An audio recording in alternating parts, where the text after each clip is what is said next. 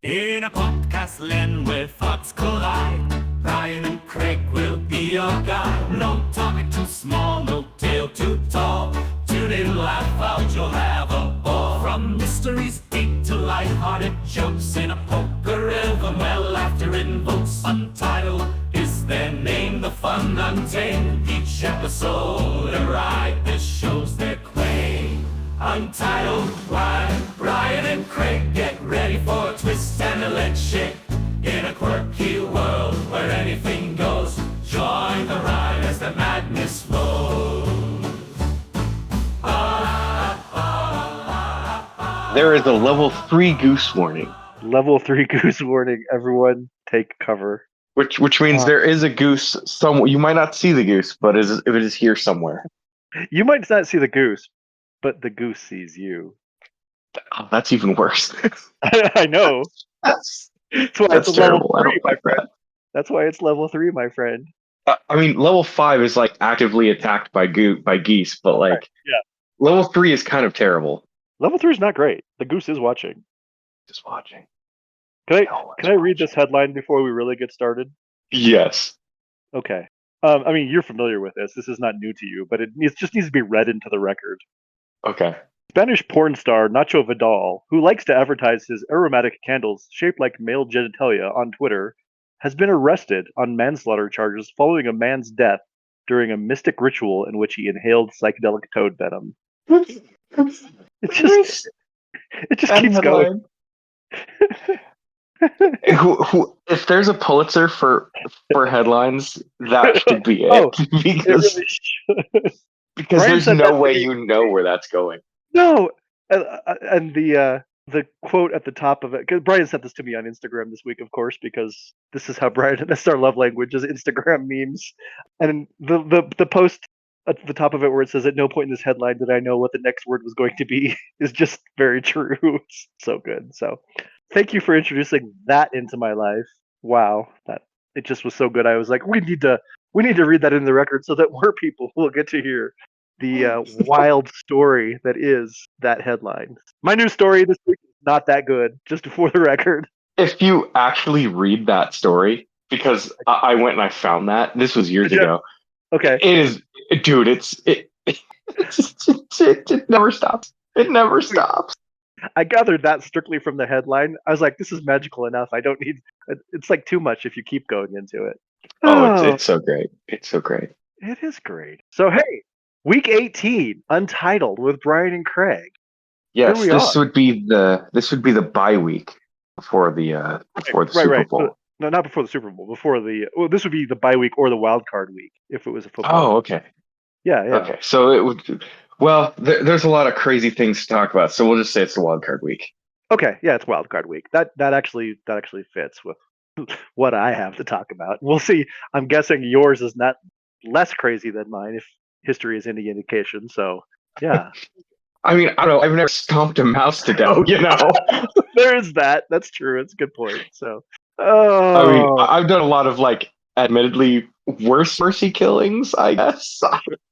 Sure.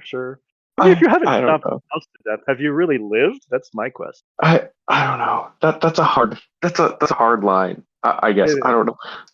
Anyways. Yeah. So, how was your week, Brian? On Friday, I was driving to work. The weather in Buffalo is pretty bad. There's no it is objectively bad. I was driving down my usual route, and a snow squall picked up. And if you don't know what a snow squall is, it's basically highways kick up a bunch of snow that's falling, and also snow on the ground, and just really nasty. And they're particularly dangerous because they can suck the air out. They can vacuum the air around you because of the way that the currents are. Oh, wow. Yeah, they're not good. But I was in my car, and I had a squall kick up, and I was coming out the other side, and then I could see the light, and then the light turned, and I'm like, oh, I should slow down. I wasn't going very fast anyways. I'm going through the light. I see the police car there, and I'm like, what are the odds I could pull over? Haha. The light's turning. I'm slowing down. I can't. It's slick out because, the snow squall, and I just can't stop. And I'm like, well, I have made my peace with this. I mean, there wasn't a car or anything. I wasn't in danger of colliding. Yeah. You're just like, I'm going through this light. This is happening. I can't stop. Yeah, and so I'm trying to decelerate, and I'm holding down the horn, and I'm like, and I saw him come right up on me, and he's like, I'm like, "You gonna pull me over?" And he goes up, whoop whoop. I'm like, "Okay." So I Uh-huh. Uh, pull over. all right. Yeah. I pull over. I get everything ready, and he's like, "Hey man, you ran that red. It was a good thing that you did. You know, you beat on the horn to let people know you were come through. Just slow down." I'm like, "All right, okay." And he's like, "Also your taillights." I'm like, "Oh, I didn't know that." But and that was that. So So no ticket. no ticket, yeah, because he knew because I knew what was happening. He knew what was happening, but he probably just Right. had to Yeah. Right. say, you Hey, know, like, a cop being cool. I'll take it. yeah, yeah. He was pretty chill about it, and he was like, "Oh, okay." And I'm like, "Oh, thanks, man." And and later that day, I went to what I thought was going to be trivia night, but the buddy that told me it was trivia night can't read or I won't say can't. He didn't read the events planner Mm. correctly, and was like, it was actually Thursday, so Oh, because so their week started on a Sunday, and so he just assumed it started on a Monday, you know. So I was like, right. well, I screwed that one up, Oh, but it was geez. still fun. It was Yeah. still fun though because we went to this place called the New York Beer Project, and it is literally Disneyland for beer. Ooh, Yeah, it's pretty great. that sounds So, fun. so yeah, that was my week. Okay, cool. Disneyland for beer. All I'm picturing is people dressed up in costumes like a drunk Mickey Mouse or something. Or people dressed up as pints, like it's a drunk world after all. It's a It's a oh, that's good. That was actually really good. I literally just it's came up with that off the spot. Like I'm actually kind of a, proud of that. it's a drunk world after all is so good, my friend. I don't know that we're going to be able to top that today, but that was great. I liked it. Yeah, So, that's pretty great. oh, well, I'm glad that you didn't get a ticket. I'm glad that wait, I am a little confused though because trivia night means you were out like during very late hours for you, I'm I assuming. slept during the day. After I got home, I Okay. immediately went to bed. Gotcha. Okay. So that you would be Yeah, able to do trivia, which didn't actually happen. which didn't happen, but it was still fun. Okay, good. So you were rested, so you're not running a giant sleep deficit. No, no, no, no. I, Oh, I that's I try to prioritize my sleep as best I can. that's a good plan. That is a good plan. So, all right, my week. We'll start with this. Even though I try to keep this kind of negativity out of the show for the most part, I can't not say anything at this point. Like it's just I have to. Like it's only been a few weeks, and yet it feels like it's been a few months.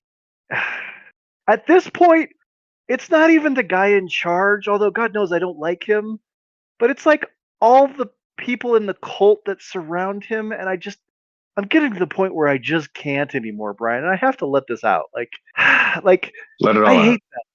I hate them. I hate their stupid red hats. I hate the fact that they think that they're inevitable. Like I hate how things shouldn't be going right for them, and yet it is. I mean, everything about it is like I don't know how much more America can take of this. I mean, I guess what I'm just trying to say is that I really hate the Kansas City Chiefs. I hate them too.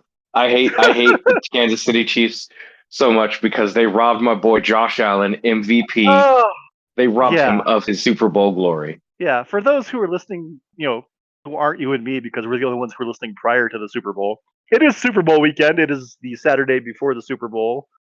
And I'm just praying to the football gods that the Philadelphia Eagles, our last chance to stop this red tide, this abomination against the Lord of the Kansas City Chiefs. It was bad enough that they beat the Broncos like, I don't know, like 18 of the last 20 times they've played.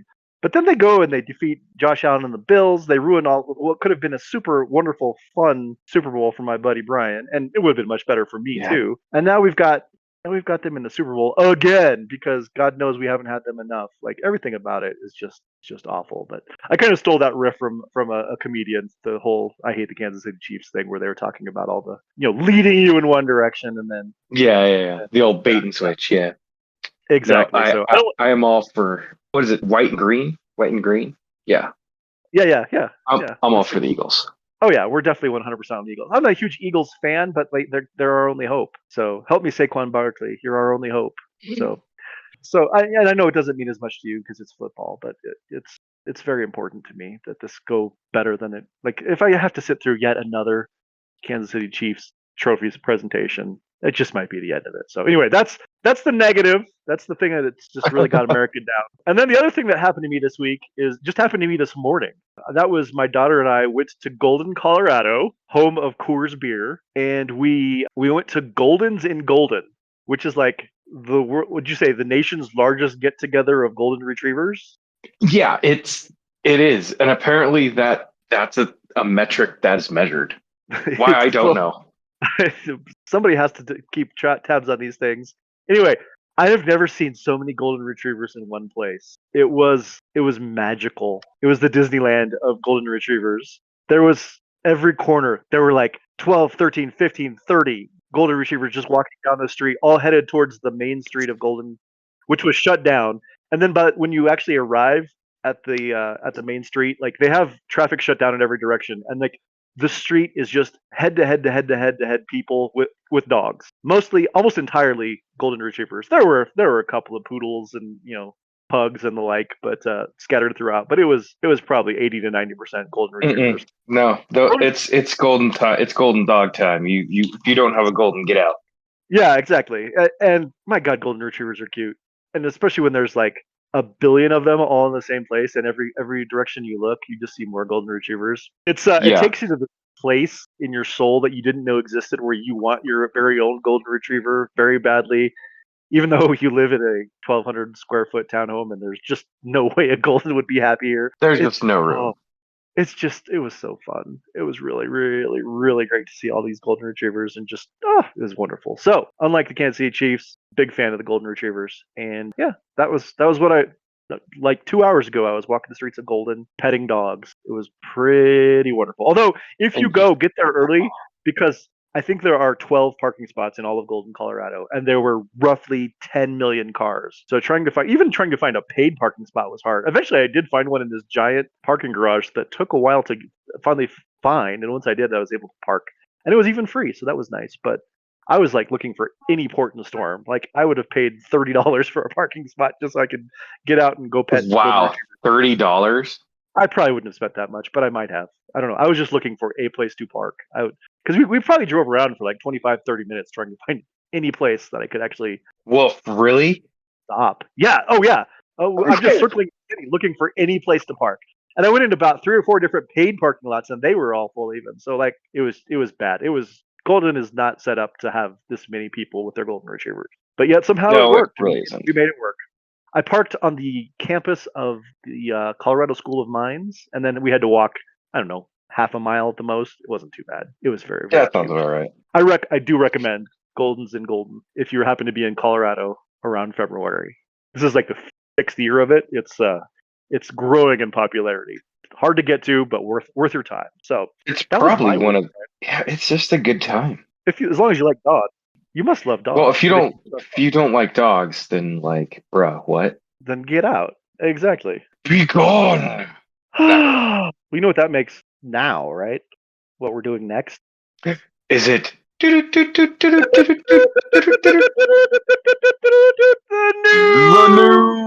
news.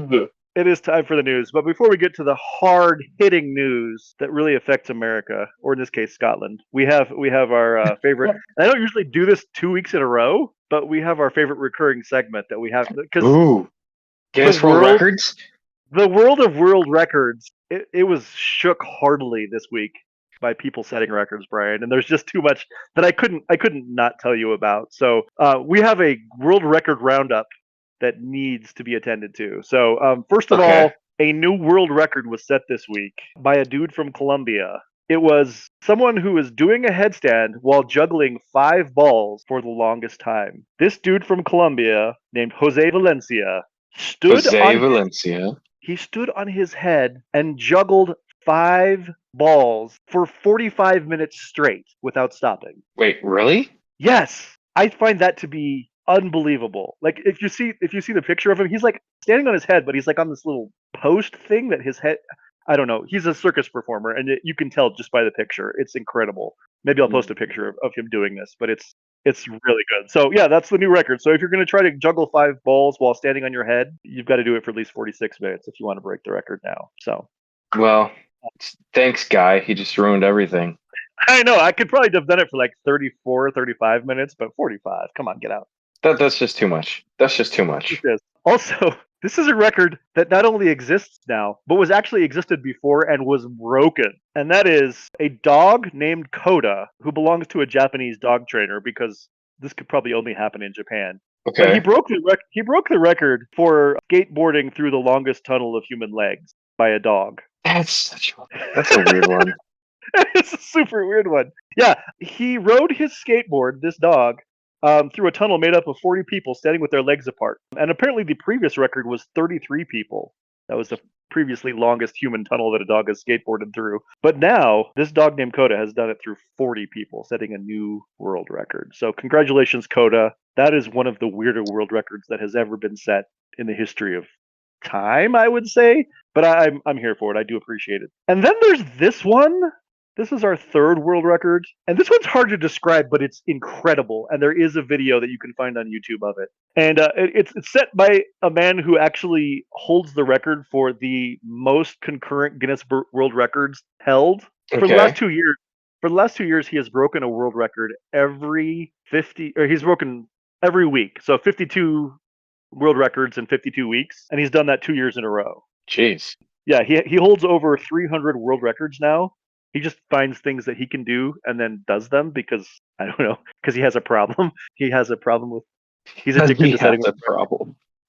What a weird thing to be addicted to. It really is, but that's not as weird as the record that he set. And the record that he set this week was, how do you even describe this? He set the world record for using his mouth to bounce a table tennis ball off a wall 47 times in 30 seconds. Okay, it's a little weird. It's super duper weird, but when you see the video of it, it's even weirder because he's not using his hands. He puts a ping pong ball in his mouth and then he bits it, I guess is what he's doing. Somehow he expels it from his mouth.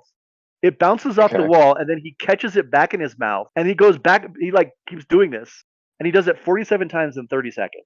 It's Crazy. incredible as it is weird. It's super duper strange, but this guy has set so many world records that I don't know how this seems like something you have to have practice for years and years and years to have gotten good at. So this guy just must be good at acquiring super duper weird skills, and then doing them. His name is David Rush, and he now owns the record for most times bouncing a tennis ball off of a wall in 30 seconds, it's just a weird world record to want to set. But yeah, he did. The previous world record was 43. Actually, no. And that was his record, but he also defeated a different guy who had the original record of 34 times in 30 seconds. Jeez, so he just did it twice. Yeah, he did. He beat it and then beat his own record. Another Simpsons reference that I'm thinking of when Bart gets buried underneath a pile of things, and I think it's Principal Skinner tells him well, we can't get you out right now, but while you're waiting there, here's a ball. See how many times you can bounce it in an hour, and then see if you can break that record. Yeah. I remember that. Yeah. Dumb Simpsons reference. And then the final world record thing is one that has not yet been set, Brian, but it sent me down a kazoo wormhole or wormhole. No, what's wormhole? What's that? Not a wormhole. A wormhole. Oh, is like rabbit hole. Thank you. I knew it's the wrong animal. Not a worm. A rabbit. I went down the kazoo rabbit hole. I learned way more about kazoos this week than I ever expected to learn, including the original patent for a kazoo was placed by a guy from Buffalo, New York. So congratulations. Hey, look at that. Yeah. But Macon, Georgia is trying to set the world record for the most people playing a kazoo together, like the largest kazoo band in history. The current record is held by a group of Londoners who at the Royal Albert Hall, they got 5,190 kazoo players together and they played a song at the Royal Albert Hall. So now we know how many kazoo players it takes to fill the Albert Hall, which I think is nice. Oh, that's a Beatles reference though. You won't get it or you won't like it. I don't like either of it, but it's okay. It's okay. The song "Day in a Life." Do you know what I was referencing there, or is it just over your head because you don't care for the Beatles? It doesn't. It doesn't matter either way. Let's be honest. It was a good reference though, but if you. You know what? I'll give you that. I'll give you that. It was a good reference. So yeah, you can, if you want to, go to Macon, Georgia, and for $5 admission charge, they will give you a kazoo and you could become part of the attempt. So maybe we need to plan a road trip for March. It's March 28th. We can try to become part of this if we want to, and then we could be world record holders, Brian. I mean, we'd share it with like 6,000 people or something, but My favorite part of this entire story, though, about this world record attempt that it will be happening, is that it's going to be Mhm. led by, I don't know if you want this to be like the official title for you, but kazoo expert Rick Hubbard. Kazoo expert. Okay. Kazoo expert Rick Hubbard. Kazoo expert. How much Mm. expertise do you need to qualify to become a kazoo expert? What is the bar for that happening? Dude, I don't know. That's a I weird don't know bar. either. It's a super weird bar, but it made me laugh when I read kazoo expert Rick Hubbard. And I just thought it's fun that, hey, Macon, Georgia, get your way there at the end of March, and maybe you too can be a world record holder, just like the guy who spits ping pong balls at the wall. So anyway, that is the world Yeah. record roundup. Now for our story, which just is silly and fun, and I just had to say it. Scotland announced this week that they will not be banning cats, Brian. Oh, So thank that's God. nice. I was worried. I know, right? Apparently, Scotland's first minister went public with the report that the country has no plans to ban cats because a report by the Scottish Animal Welfare Commission online posted many proposals for curbing the problem of domestic cats killing birds across Britain. And there were proposals including vaccinations, neutering, all sorts of different things. I don't know how neutering stops a cat killing a bird, but then there was also one that I said in guess certain areas, aggressiveness, but yeah, like that's kind of like built into the. it's a cat thing, It's man. kind of yeah. It is a cat thing. Yeah. The most controversial thing, though, is that in certain areas where there were rare birds or endangered species, that they would just ban cat ownership in that area, those areas, and that sparked a ton of people protesting. And then people, as things are wont to do on the internet, things got out of hand, Brian, and all across Scotland, people started saying that our country is going to ban cats, and it got to the point where the rumor circulated so bad that Scottish First Minister John Swinney had to go public to clarify that there are no such plans. He says, just let me clear this up today. The government is not going to be banning cats or restricting cats. We have no intention of doing so and will not be doing it. That's so funny. It's so great. So rest assured, Scottish people with cats, you will be able to continue to have your cats. And Brian, if you ever find yourself moving to Scotland, you can take your menagerie with you. Scotland is not banning cats. Good. I was worried. I was so Yeah. worried. I think we all were really, but yeah, I think it's just good news in this time where there's so little good news. Just being able to pass on the news that the cats are going to be okay in Scotland. I think we're doing a public service, and really what Untitled with Brian and Craig really is here for is to bring that positivity. So anyway, I'm Craig, and that is the news. The news. Okay, so I told you last week. I asked you about two things. I told you about one of them, and I was going to tell you about the other thing I asked you about, which is amusing but not as cool as what I'm about to tell you. Because you also went down not a wormhole but a rabbit hole this week. I did. I went down a rabbit hole of Appalachian cryptids. Ever Like since you texted Appalachian. I cannot wait for this segment. I have been on pins and needles. Well, in fact, we had to postpone a little bit this morning because we were going to go this morning to record, and then we ended up having to wait till this afternoon. And I was a little sad because I'm so excited to hear about Appalachian cryptids. Yes. So you've heard about like the Mothman, right? Yes. Okay. So there's the Mothman, which I feel like everybody knows about. But there's also one called the White Thang. Thang. The White Thang? Thang. I can't make this up. Wait. The White Yes. Thang. Thang. The White Yes. Thang. Correct, sir. Yes. The White Thang. Okay.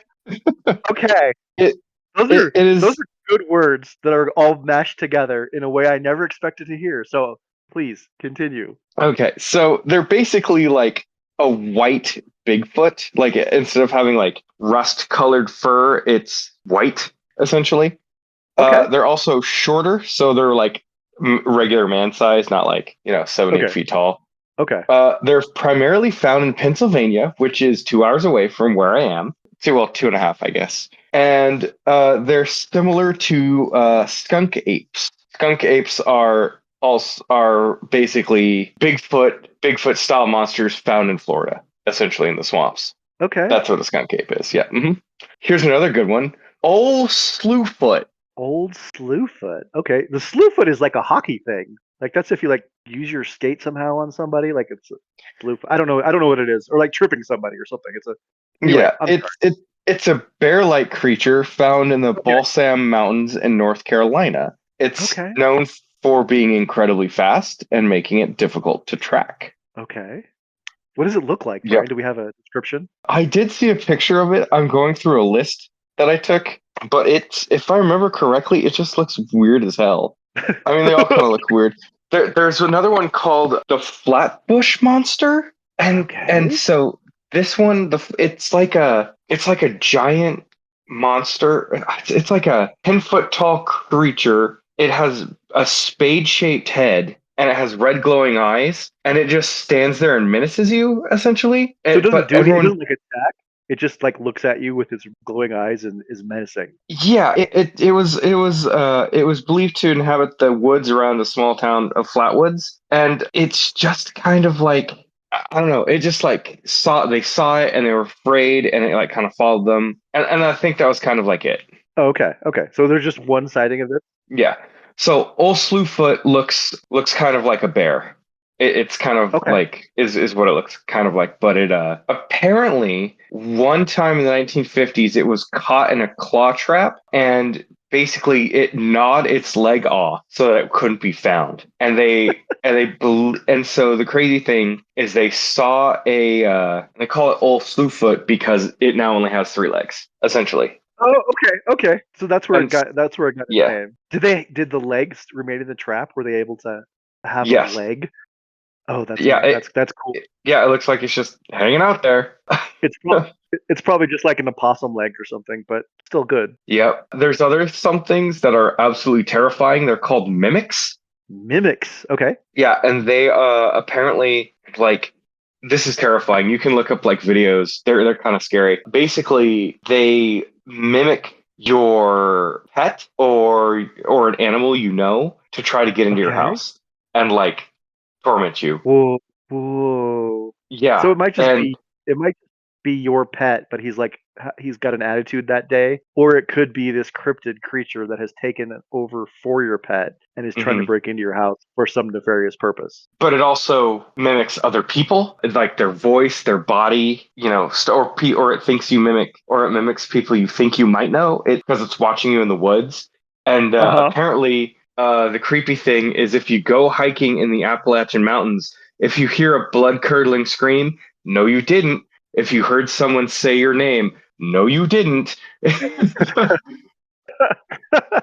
Like just weird creepy stuff happens like all the time and you can look that up. I think I did rules for hiking in the Appalachian Mountains and I'm like, oh man, that's kind of scary. I mean, just Like the people that live in the Appalachian Mountains, I'd be scared even if there weren't, mythical creatures that have only 3 legs or that can mimic your dog or your best friend and are screaming. Like, there's a lot to be afraid of there, I think. yeah, and so basically it's stick to marked trails, don't hike at night, do not answer to voices, do not carve on Okay. trees, and yeah, just like weird crazy things like that. And they're just like, oh, also if you live in an isolated community, invest in blinds and just soundproofing. It's crazy. Whoa. Okay. That's fun, I think. you A know little i i, weird. I mean I Also, fell down a rabbit hole, but like a lot of them is just kind of like it kind of you take it with a grain of salt. I mean, yeah, weird stuff happens everywhere. Like there's paranormal weird shit happening all the time, right? The Appalachian Mountains, it's like rugged terrain and crazy things. So I assume all cryptid stories are a result of like Cletus getting the old Pappy's whiskey. oh yeah, the good In moonshine, general. the good shine. Yeah, exactly. Yeah, I don't put a ton of faith in any creature that there's never been actual proof of existing, other than legendary stories tells us. So I'm very cynical, but I also love the stories about them. I think they're fantastic, just because I try to figure out how did that actually happen, what really happened here. Because I don't buy for a second that there's some weird creature that we've never actually seen, but I Well, do like this. as we know, Bigfoot is real. I've seen one. We referenced it in episode 2. I I told the read it. I do story. remember that. Yep, yep. So And so I'll go just like go your on story, record. just like your story of the 700 Club with the guy having a romantic relationship with a duck. I don't always trust you as a reliable narrator for truth, but I do like your stories. I am still looking for that. I'm I still know, looking for that. and I don't Like think you'll ever find it, but I I, hope you do. I would have to look deep. It was it. I know I can't. I only have to go through like 300 episodes. That's all I have to do. I'm guessing there's more than that, aren't there? I don't. I mean, I'm not a Well, connoisseur of because the it's from 700, but because it's like a specific time frame. So it's like from '04 to like or from like '02 to like '06. So it's not that big. okay, it's not the entire run of the show. It's just that one particular No. period. Yeah, it's just that particular period. And like So. I'm either that or I'm just tripping hard. Like but I remember 100% sitting there watching that and being like, "Dad, what the hell is this? Like the fuck are you watching?" And he's like, "I'm learning about the Lord." And I'm like, "No, you're learning about them No. glossing over the fact that this guy like was a disturbed child, had sex with a duck, be and they felt they needed to, live their life as a woman, and then was like in survival sex work and selling their body to some Ohio preacher who's like basically uses their services and talks them into going back to living their life as a man. Like what? Everything about that story, every time you tell it, it's just so there's no chance that ever happened on the 700 Club, but I love I that you believe that it did. I love that I you believe that it did. I because Pat Robertson was like, if that doesn't speak to the power of the Lord, nothing does. I'm like, did you even friggin' watch that, dude? Like, what? It's one of my favorite stories you've ever told. It's so great. It's so dumb and so wonderful. I I am Oh, I please, if anyone listening can send us the link untitled with Brian and Craig at gmail.com, I would really appreciate it. so would Just I. saying. Oh, Because I will. I honestly thought I also hallucinated. Do you remember Arthur on PBS? Yes, he's an aardvark. Yes. So around, I want to say like 2004, somewhere around there, 2003, 2004, they had a story about a Siamese cat named Sagwa. I literally thought I hallucinated that. Like I truly thought I hallucinated that. And then I But saw it's it real. it's Okay, real. And I'm like, okay, okay. good. I didn't hallucinate that. I can believe that there was a Siamese cat on Arthur. I cannot believe that on the 700 Club, the story you told actually occurred. I want I it to be true, Brian. You don't know how bad I want it to be true, but I don't believe it, and I'm I will go I'm to my grave unless someone can come up with the proof. I am the doubting Thomas of this story. Unless someone can, I'm put my head in the I'm hole, I will not believe. Babylonian space wizard from out of time. If you're listening, help a brother out. Maybe we can get the dirty man involved as well. Like somebody, Yes, our cast of yes, characters needs to make this happen. So yeah, yes. we're talking The about Bills cryptids. lads. Yeah, everybody. Let's get Flashlight Man. I mean, the whole Yep, crew. yep. Oh, All of our weird, silly show lore. Jesus. we need to come up with a book after a while. Just be like, these are the stories of Untitled with Brad and Craig. And people are like, and like, here's a podcast never takes off. People would be like, read this book. I'm like, what the fuck did I miss? What? Yeah, What is go to the this? archives. Go to the archives. You just must. Yeah, Oh, just go to the archives. Yeah. oh, I wow. I am always trying various what do you call it? Various keywords to figure this To out. try to find the story.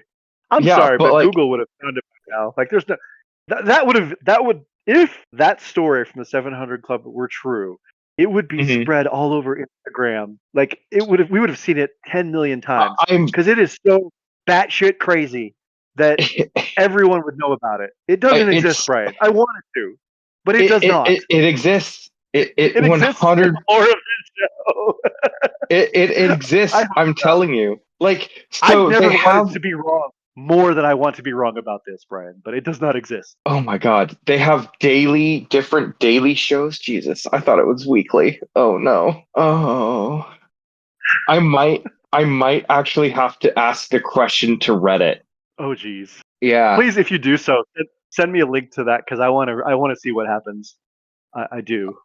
We need I'll to do that. we need to find out about this. Yeah, you should. This is the continuing saga. Brian trying to prove that what he believes happened actually happened, and I I, am I'm, I am so here for it. I am telling you, it 100% happened because I was again. My dad had it on because he was like super religious for a time, and that's what, and I was like, dude, what the hell is this? Like I was incredulous to say the least. Yes, yes, I would also be that if what you described. If I saw that on television, I would also be incredulous. Yeah, yeah. Anyways, sorry. Oh, that's fun. That was a weird tangent. I had to bring that back up again. Yeah, did I ruin your cryptids segment because I was enjoying that, but then we took a hard left turn, and now I don't know. Or did we, Well, did you tell you did you what, name all? I didn't name all of them, but those were the interesting ones. Oh, those are the good ones. Uh, Okay. those are the good You ones. introduced the White Thang The into my White brain, and for that Thing. I will forever be grateful. So that's good. That's good. Yes, So you're yeah, welcome. You're welcome, sir. it's good. It's good. I think did you go first last time? I think you did. I think I did. Yeah. So do you want to go first this time? Yeah, I got something. I got Okay. something. So it starts off with a young boy named Patrick Mahomes. Okay. Okay. And I'm totally gonna rewrite his entire life history because whatever That's fine. You have he creative plays for the license. Chiefs. Yeah, creative Yes. license. All this is alternate history, Patrick Mahomes. So basically, he's growing up in the woods of Appalachia, right? Okay, Okay. and he knows the stories.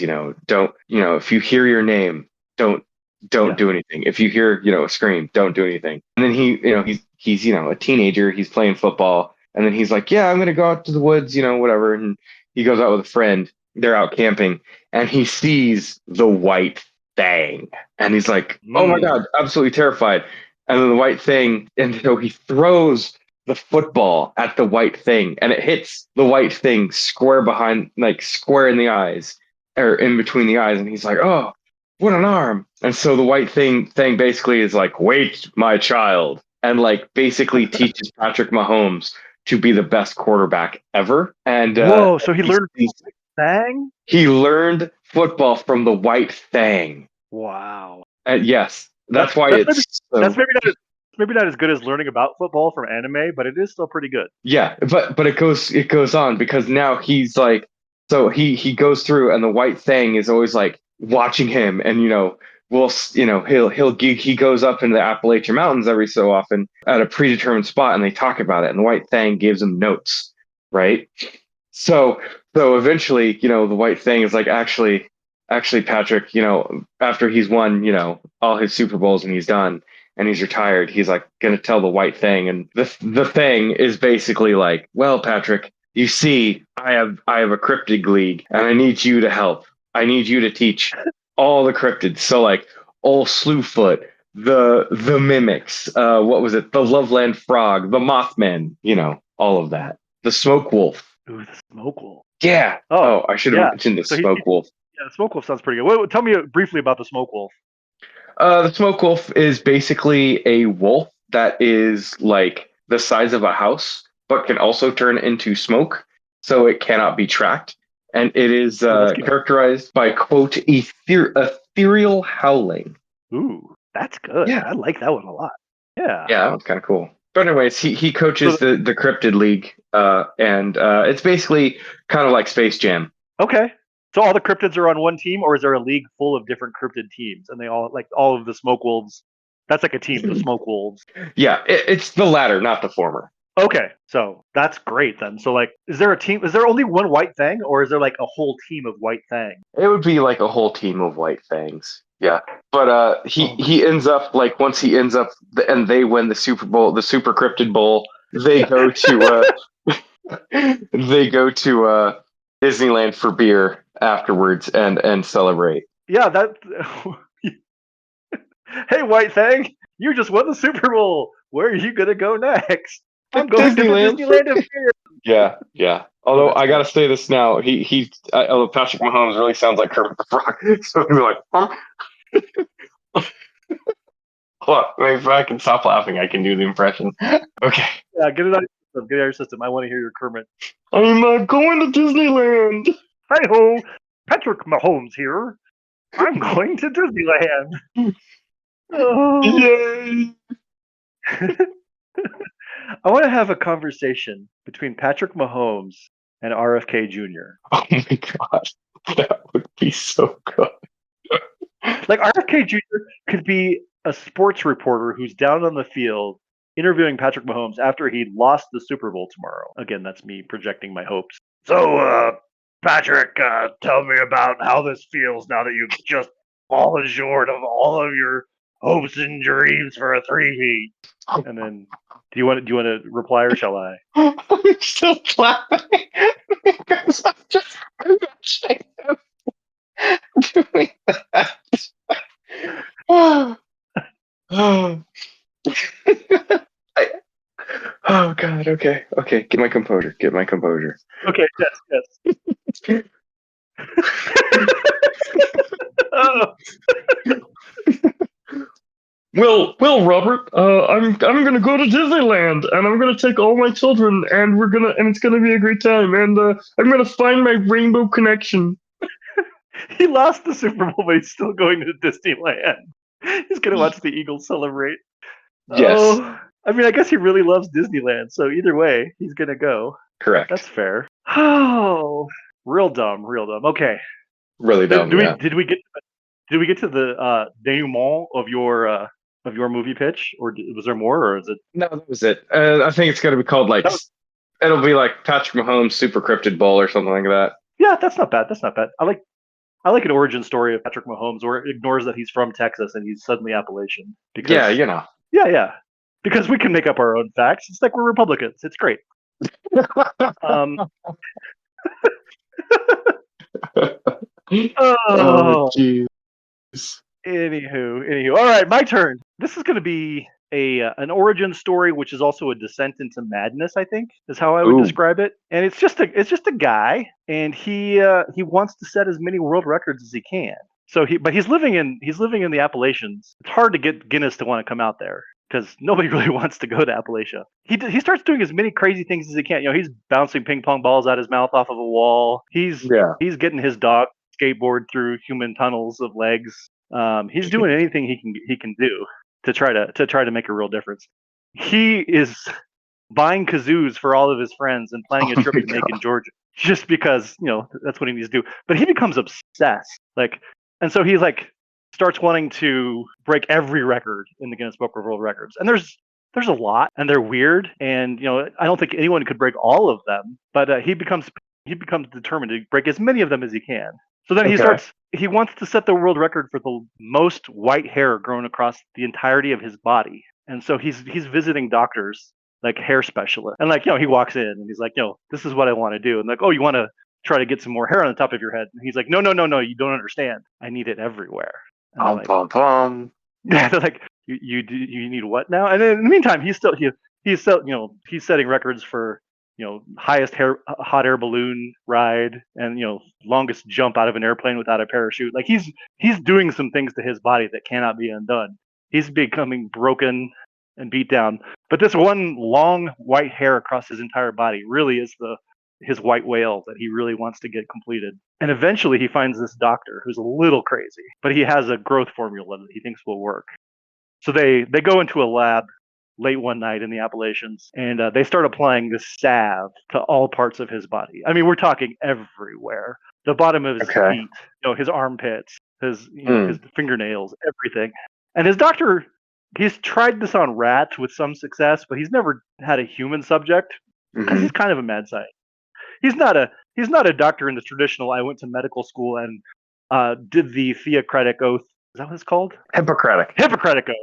I was like, Theocratic does not sound right. Maybe he did take the Theocratic oath because he was confused.